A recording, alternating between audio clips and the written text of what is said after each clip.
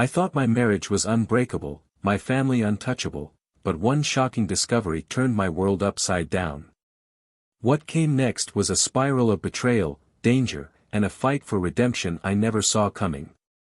Until that day, my life felt like it was built on solid ground, a routine shaped by years of dedication and effort. I had a steady job, a family I adored, and a quiet sense of pride in the life I'd worked so hard to create. My world revolved around my wife, Laura, and our 2 boys, and I truly believed nothing could shake the foundation we'd built together. In hindsight, I see now that my confidence in that stability might have made me blind to the cracks forming beneath the surface. Life, as I've learned, has a way of shattering expectations in the blink of an eye. The moment that changed everything didn't creep in slowly, it struck all at once, like lightning, leaving no chance to prepare. One minute, I was secure in the life I knew, the next, I was staring at a truth that turned my world upside down. It sounds like the setup to an all-too-familiar story, but this was my reality. There's no way to dress it up or make it poetic. Finding out about Laura's affair felt like stepping into a cruel cliché come to life. As for my job, I work at an auto parts factory, handling brake systems, a necessary but often overlooked task. My shift runs from 4 p.m. to midnight, 5 days a week. Ironically, it was during one of those routine nights, while I was caught up in the grind of everyday life, that fate decided to intervene and unravel everything I thought I knew. I run one of the oldest machines you could imagine, clocking in every day in my safety goggles, earplugs, steel-toed boots, and a denim apron. It's not glamorous work, but it's steady. I meet my daily quota and, if things go well, earn a modest year-end bonus. My life has always been straightforward. Laura and I live in a simple but comfortable 3-bedroom home with our 2 boys, both in elementary school. After 12 years of marriage, I had no reason to think anything was wrong, until today. At the plant, we have 5 stations where we assemble brake pads, all powered by compressed air. For the past 8 years, the equipment has been solid, no major hiccups. But today, midway through the shift, the compressed air system failed. The machines rely on perfectly dry, filtered, and dehumidified air, a system that almost never goes wrong. Almost. Tonight, the dehumidifier jammed and couldn't release the moisture it had collected. I'm no specialist, but I know enough to understand that moisture in high-pressure air can cause freezing. And when that happens, everything grinds to a halt.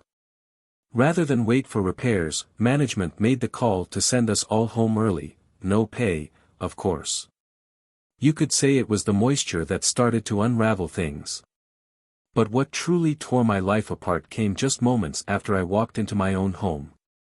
I headed upstairs to our bedroom, expecting to find Laura.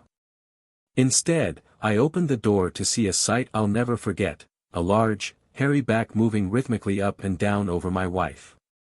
Without thinking, I flicked on the bedroom light. Laura was wide awake and scowling at me. "Danny, what are you doing here?" she snapped, her voice sharp and accusing. For a moment, I was too stunned to respond. I expected fear, guilt, maybe even embarrassment, but all I got was anger. "What is going on?" I demanded, my voice trembling with rage and disbelief. "Don't act like an idiot," she retorted, her tone dismissive. "You know exactly what's going on. I'm sorry you had to see this, but if you'd come home on time, none of this would have happened." I couldn't believe the words coming out of her mouth. The man she was with, a stocky, broad-shouldered guy, glanced over his shoulder at me with a smirk that made my blood boil. Laura pulled the blanket up to cover herself, but it was far too late for modesty. I lost control. My big mistake was grabbing the guy when he got out of bed. Standing, he was even bigger than I had anticipated, towering over me. Before I could throw a punch, he landed 2 crushing blows to my ribs, knocking the wind out of me. I swung wildly, but I didn't connect. The next thing I knew, I was on the floor, struggling for breath. Somewhere in the haze of pain, I took a hit to the head that sent me spiraling into darkness. Later, I came to in the ER, lying on an uncomfortable bed while a technician bandaged my ribs. Laura sat in the corner, arms crossed, looking more annoyed than concerned. When the technician left, I turned to her, my voice hoarse but demanding. "Laura, who is this guy? And what was he doing in our house?" I asked, anger and pain mixing in my tone. She didn't even blink. "His name's Tony," she said, her voice calm, almost bored. "He's a friend. I invited him over." I stared at her, my mind reeling. "You slept with him? In our bed? With our kids just down the hall?" "Yes," she said, unfazed. "And if you hadn't made such a scene, they'd still be asleep. I had to call my sister to come watch them just to bring you here." Her words hit me harder than any punch. "What was he doing there, Laura?" I managed, barely holding myself together. I pressed for answers, my frustration boiling over. Laura sighed heavily and rolled her eyes, clearly annoyed. "How many times are you going to ask that? We sleep, Danny. We fooled around. Is that really so hard to understand? Is this a regular thing or a one-time deal?" I asked, struggling to hold my emotions together. She hesitated for a moment, then finally said, "Tony and I have been together for about 6 months. We tried to keep it from you. Usually, we don't come to the house, but I couldn't find a babysitter." Her words hit me like a hammer. I felt my stomach drop. "Is it over now?" I asked, desperate for any hope that this nightmare could end. "No, Danny," she replied bluntly, her tone almost casual. "This isn't ending. You're a good dad and husband, but Tony's great in bed. There's no reason to stop just because you know now. We just won't meet at the house again. It's not fair to you and the kids." I stared at her, completely stunned. I could barely recognize the woman in front of me. "Laura, this is unacceptable." "We're done," I said firmly, though my voice trembled with the effort of keeping myself calm. Her expression hardened, and her voice turned cold. "If you try to break this off, you'll regret it," she said, her words cutting. "Tony could knock you down without even trying, and he'll do it again if you act out. And that's not all." She leaned forward, her eyes locked on mine as she continued, her words dripping with contempt. "Everyone will know. Your wife's with another man, and you're too weak to stop it. Friends and neighbors will find out first. I'll make sure your family knows exactly how much of a failure you are. Your coworkers. They'll laugh behind your back, call you the man who got walked over. Think about it, Danny. Even your sons might grow up hating you. Is that what you want? To look like a fool while trying to embarrass me? Because I'll make sure it happens." Her voice softened, but the cruelty remained. "Tony thinks you're a pushover. And honestly, so do I. You're just going to have to accept this, Danny." I sat frozen, her words crashing down around me like an avalanche. I could barely manage a whisper as I muttered, "Who is this man? Where does he work?" I demanded, barely keeping my anger in check. "He doesn't work, Danny," Laura replied with a tone that bordered on condescending. Her words hit harder than I expected. "Karen introduced me to Tony," she added nonchalantly, like she was talking about something as casual as swapping recipes. I made a mental note to thank Karen later. Laura left the room without another word. The next morning, I was discharged from the hospital, but Laura wasn't there to pick me up. I had a choice: call someone for a ride or take a taxi. I opted for the taxi. When I got home, the house was empty. The kids were at school, and Laura was nowhere to be found. I walked upstairs and found my clothes and personal belongings neatly stacked on the guest bed. It didn't take a genius to figure out what she was trying to tell me. As I stood there, staring at the pile of my things, I thought about Todd and Terry, our 2 boys. They'd have questions about all of this, no doubt. But I decided that explaining wasn't my responsibility. Laura could be the one to answer them. It took less than an hour to move into a new space I'd found nearby. The shock of what had happened still hadn't worn off, but I focused on setting myself up and figuring out what to do next.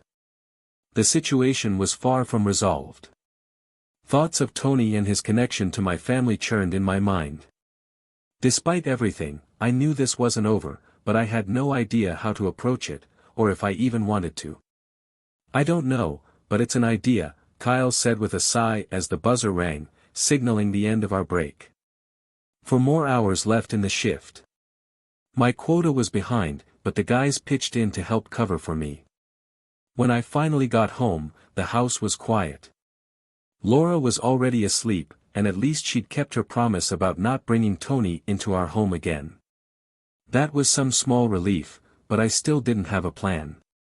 Most of the guys at work had their own ideas for handling the situation, some practical, some wild.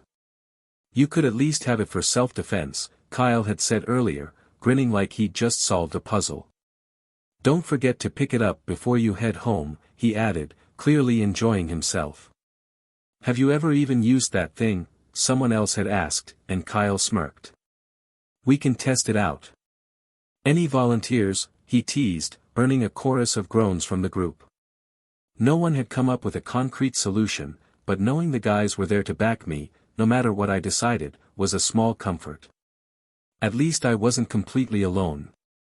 The house was still and felt emptier than usual.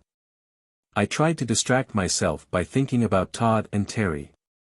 They'd spent the afternoon excitedly picking out plastic model kits, a small joy in the middle of all this chaos. Their simple happiness made me smile. I wandered the aisles with them earlier, amused by the endless rows of craft supplies for creative types. If Laura had taken up a hobby like that, maybe she wouldn't have brought home that hairy ape of a man. But that thought was pointless now. My mood lifted slightly when I saw the spray paint aisle.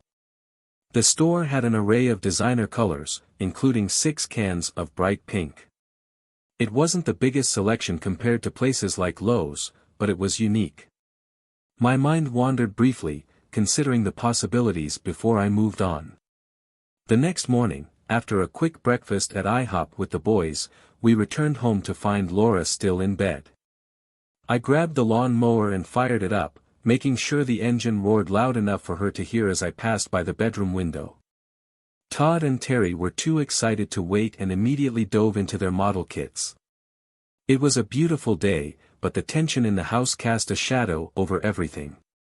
I let the boys dive into their model kits while I focused on yard work. I spent most of the day edging and trimming, though progress was slow. Every time I got into a rhythm, a neighbor would stop by to chat.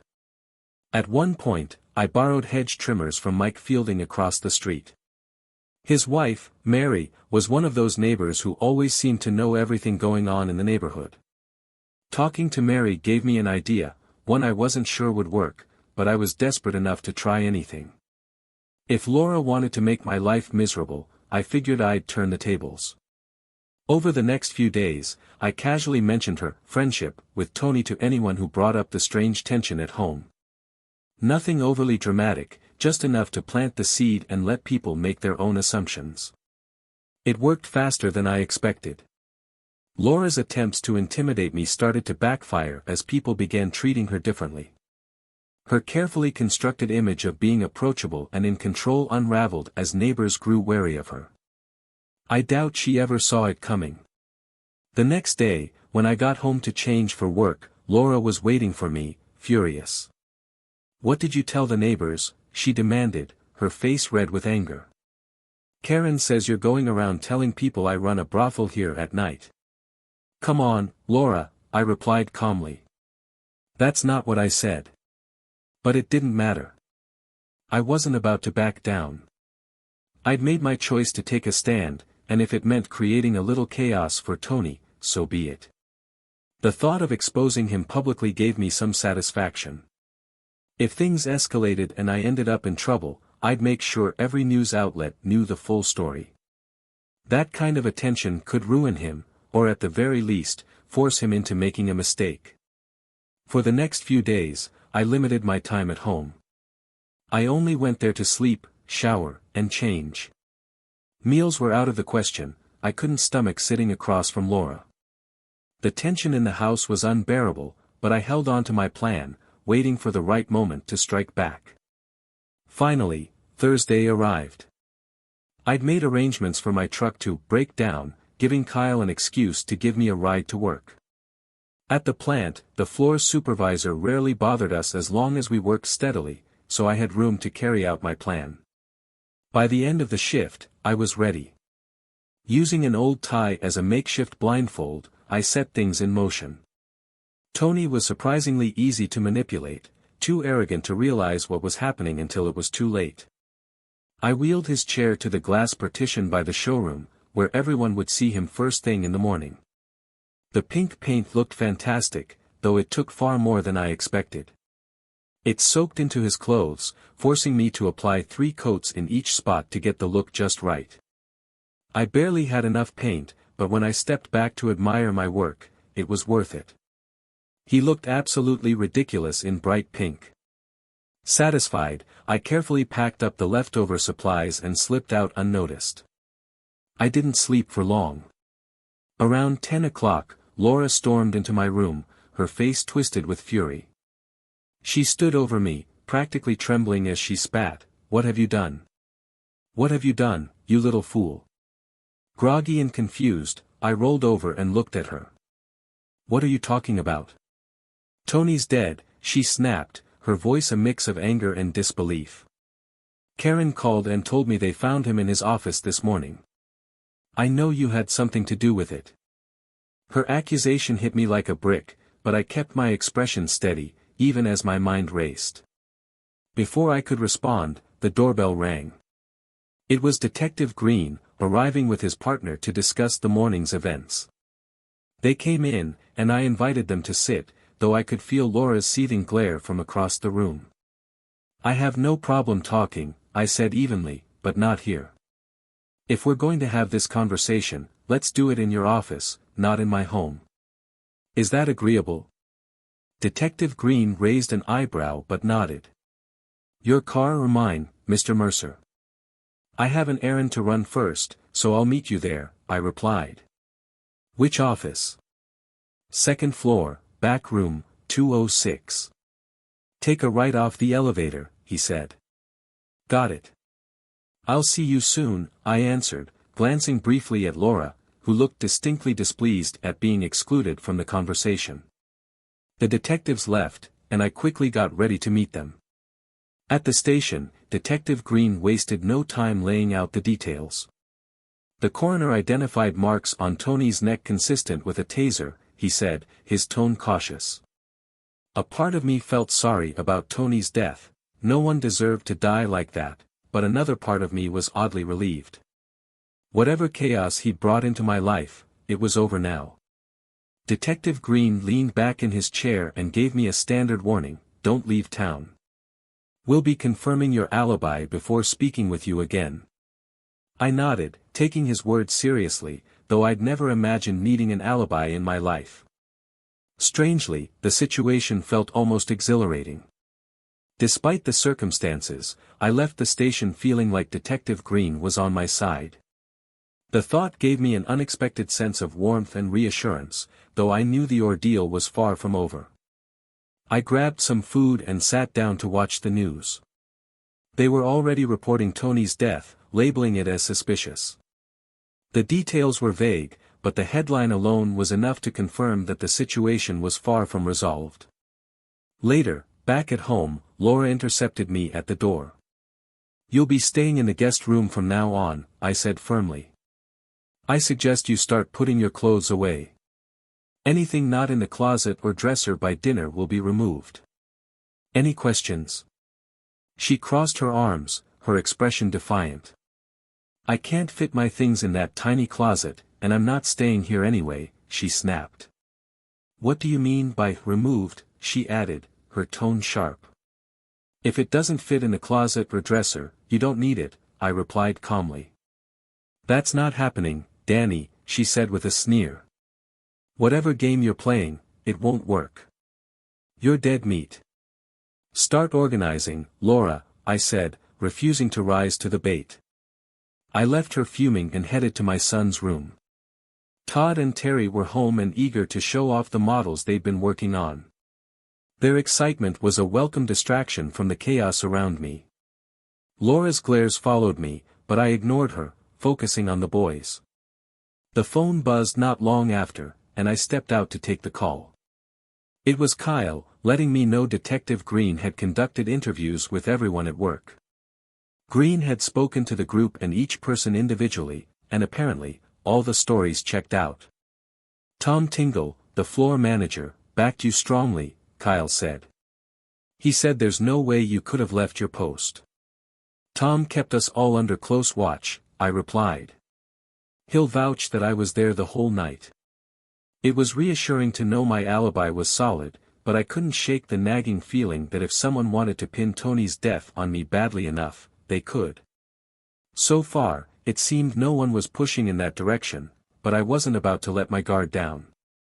When I got home later, it was just in time to tuck the boys in. Their smiles made the stress of the day fade, if only for a moment. Heading back downstairs, I found Laura sitting on the couch with a glass of wine. Busy day, she asked, her tone dripping with mockery. I didn't answer. Instead, I walked past her without a word, my focus already on what needed to happen next. The last call of the evening was from Karen, who lived just a few houses down. She and Laura talked instead of meeting, which worked to my advantage. I picked up two crucial details: Wally was still on his way from Detroit, and Laura planned to lay low until he arrived. The next morning, the guys and I left the house early, well before Laura was up. We returned after lunch, and Laura wasted no time insisting that I take her to the grocery store since she didn't have a car or a license.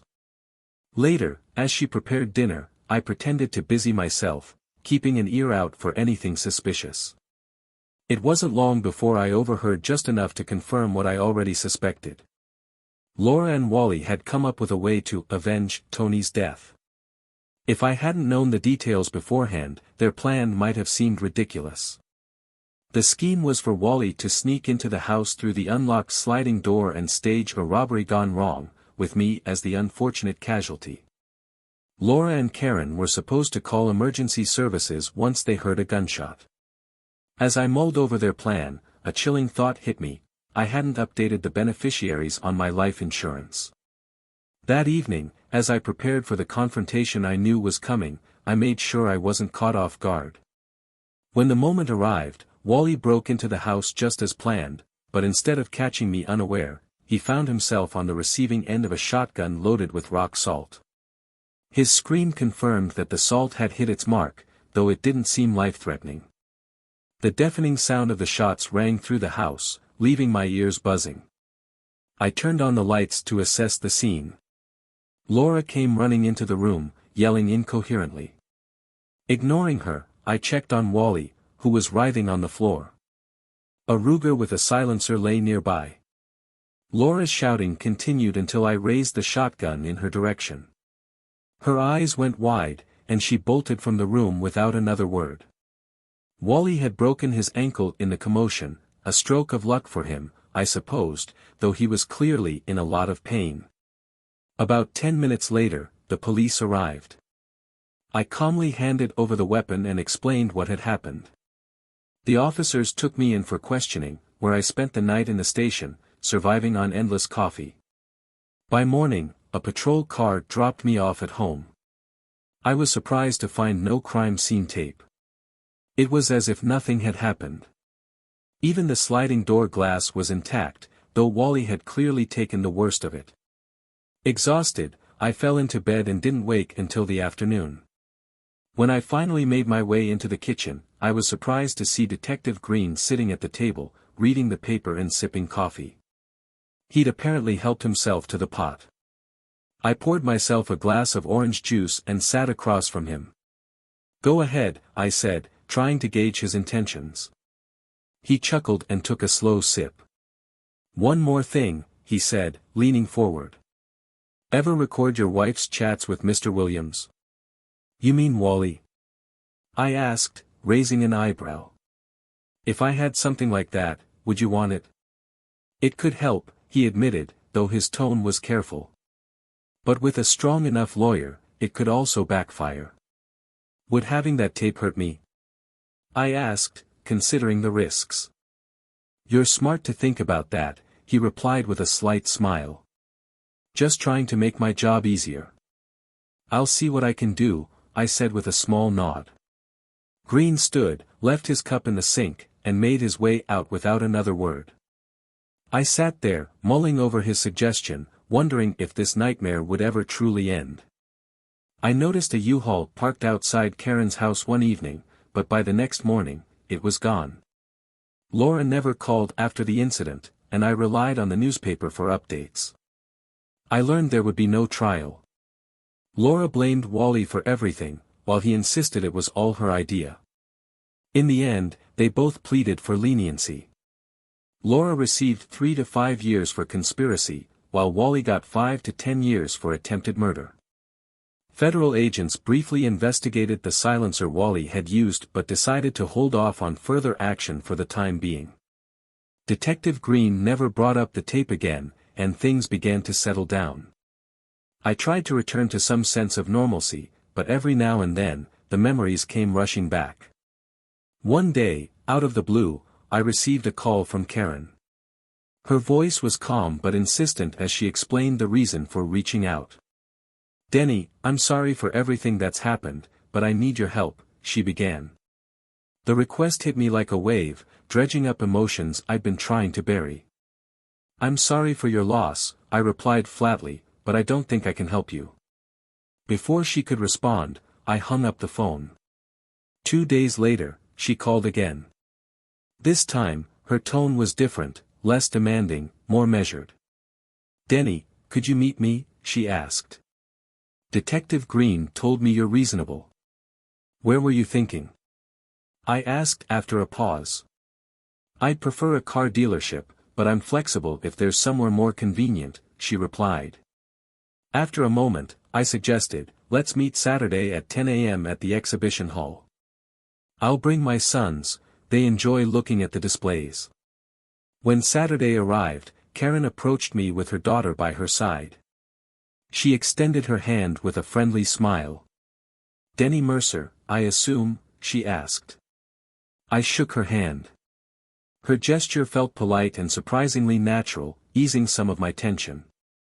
"I've always wanted to say that, like in the movie about Dr. Livingstone," she added, her smile tinged with a hint of nervousness that somehow helped me relax. Before I could respond, she introduced her daughter. "This is my daughter, Carla." Todd smiled politely and introduced himself, while Terry extended his hand with a grin. "Carla, why don't you show the boys around while we talk?" Karen suggested, her tone warm and inviting. As they wandered off, Karen turned back to me with a look of determination. "Thank you for agreeing to meet," she began. I couldn't help but notice Angela's figure as she handed me a beer. We shared a brief, quiet moment, sipping our drinks. Finally, I broke the silence. "Well, Miss Hawkins," I said, setting my bottle down. "I'm glad things worked out for you, but I'm not sure why I'm here." Angela finished her beer, her faint smile fading as she leaned forward slightly.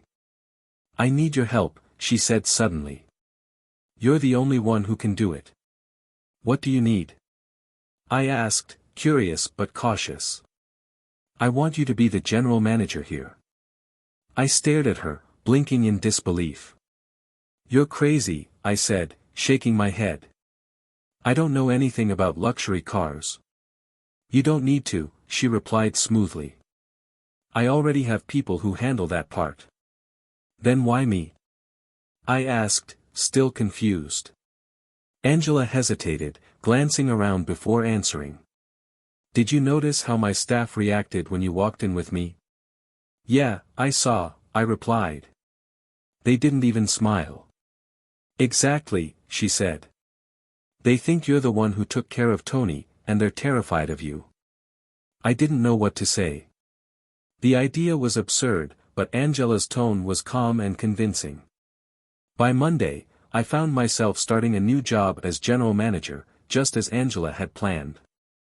To my surprise, I adapted quickly. I made friends with several employees and began learning the ropes of the operation.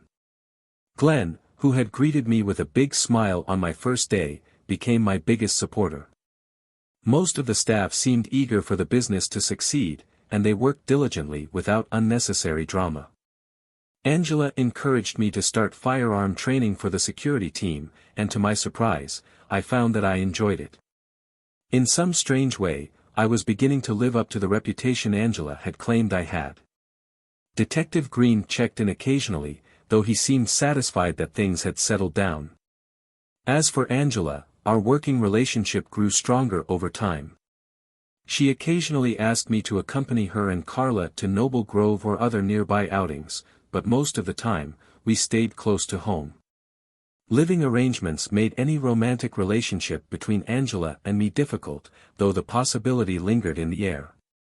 I was interested, but it felt awkward, like stepping into something I wasn't sure I was ready for.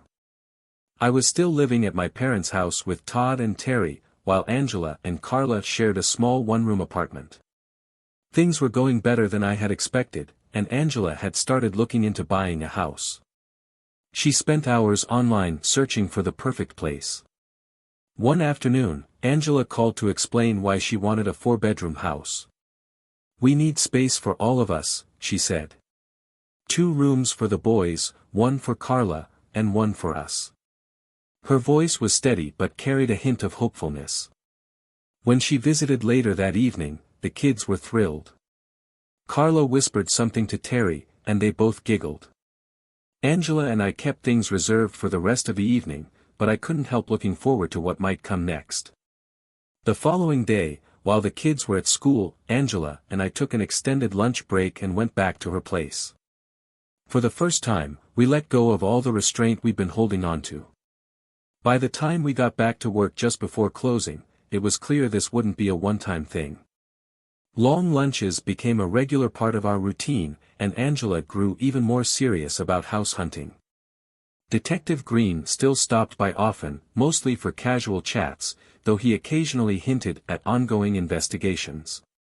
His presence was a quiet reminder of the chaos we'd weathered, but Angela always handled it with her characteristic calm. That calm was on full display when we visited Laura one day. Angela had insisted on seeing her for reasons she hadn't fully explained, and I went along. We sat in the visitor area, Laura glaring at Angela from across the table. Suddenly, Laura lunged, trying to grab Angela, her face twisted with fury. Security stepped in immediately, pulling Laura back as she kicked and yelled. Angela barely flinched. She turned to me with a slight smile and a shrug, then walked out of the room, leaving Laura seething behind us. Once back in the car, I turned to Angela, still bewildered. What on earth was that all about? Your ex-wife is quite the piece of work, Angela laughed, adjusting her seatbelt. I figured she'd get angry, I said, shaking my head, but I didn't expect her to completely lose it. We sat in silence for a moment, both smiling at the absurdity of it all. 2 months later, Angela and I got married in a small backyard ceremony at our new home. The kids were thrilled, and even Carla seemed to glow with happiness. The months following the wedding felt like a dream. Angela and I settled into our new home, and the kids quickly adjusted to the changes.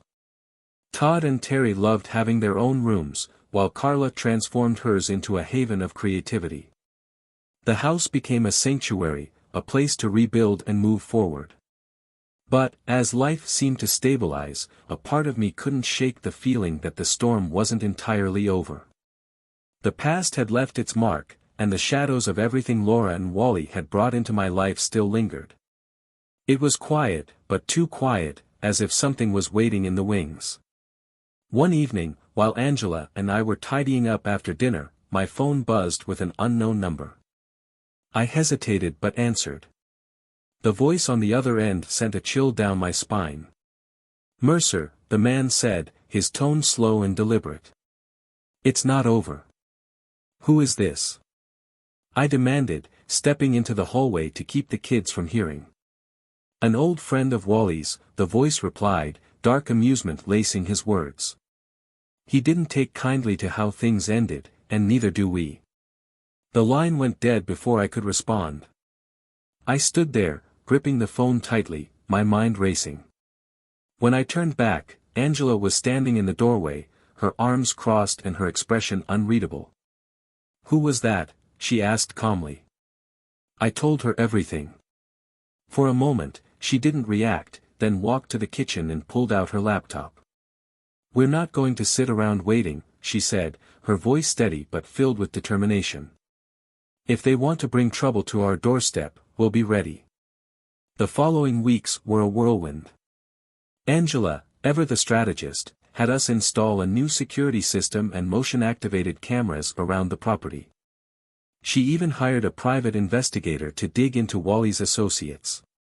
Meanwhile, I brushed up on the firearm training I'd started months earlier and made sure I was prepared for anything. One night, as the kids were asleep, the power in the house flickered and went out. Angela and I exchanged a glance. "Stay with the kids," she whispered, grabbing her phone. I nodded and went to check the breaker box, my heart pounding with every step. In the distance, I saw movement near the edge of the yard. Two figures, shadows against the moonlight, crept closer to the house. Without hesitation, I pressed the silent alarm on my phone, alerting both the private investigator and local law enforcement. Gripping the shotgun we kept locked in the hall closet, I moved toward the back door, ready for whatever was coming. A loud crash echoed through the yard as one of the men tripped over a planter Angela had left near the porch. The other froze, giving me just enough time to flip on the floodlights. They lit up the yard like a stadium, and the two men shielded their faces as I stepped out. "That's far enough," I said, my voice firm. "Put the gun down, Mercer," one of them growled, though his voice wavered. "Not happening," I replied. "You've got 10 seconds to get off my property before the police arrive." 9, 8. Before I reached 5, red and blue lights flashed down the street, and the men bolted into the woods. Moments later, the officers arrived, apprehending them before they could get far. I gave my statement, and the police assured me they'd look into the connection to Wally's old crew. Back inside, Angela was waiting, her arms wrapped tightly around Carla and the boys. Her calm resolve broke for just a moment as she hugged me. "We're safe now," she whispered. From that night on, the threats ceased. Life slowly returned to normal, and the home we'd built became more than just a house, it became a fortress of trust and strength.